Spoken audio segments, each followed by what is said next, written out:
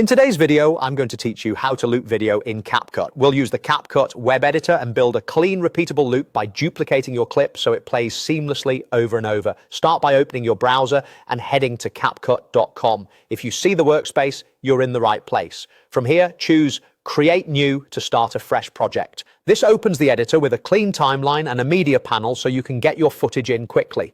Before importing, make sure you're in the right working area for your loop. Select your segment so you know exactly where the looping clip will live in your project.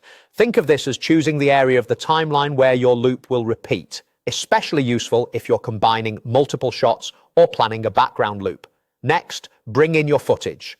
In the media panel, click to upload, then select the video file from your computer. Capcut will import it and in most cases place it on the timeline. If it lands in your media bin instead, just drag it onto the timeline so it becomes an active clip. Once the clip is on the timeline, take a moment to play it and watch the start and end. You'll notice the transition area at the edge of the clip. This is where one playthrough meets the next, so it's important for a smooth loop. If your footage naturally starts and ends with similar motion or lighting, you'll get a cleaner result. Now create the loop by duplicating. Right-click on the video transition area or directly on the clip near that edge and select Duplicate. Capcut makes a copy of the clip. You'll see a second instance appear on the timeline. From here, position matters. Click and drag the duplicate so it sits flush against the end of the original clip. No gaps, no overlaps. This ensures the playhead moves from one to the next without a jump.